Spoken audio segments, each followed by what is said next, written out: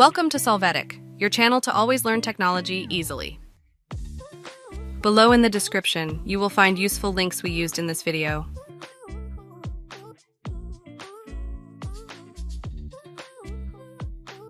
Today in Solvetic, we will see how to connect Wi-Fi Windows 11.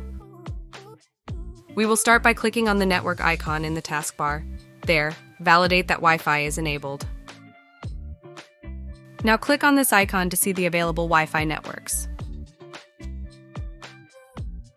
Click on the desired network. You can check the box, Connect automatically.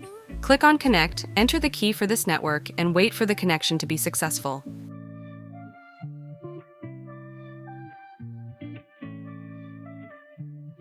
Hey, remember to subscribe Solvetic channel.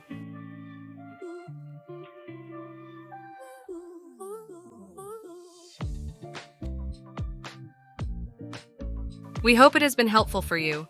Here are links to watch more videos of your interest and subscribe to the Solvetic channel. Thank you.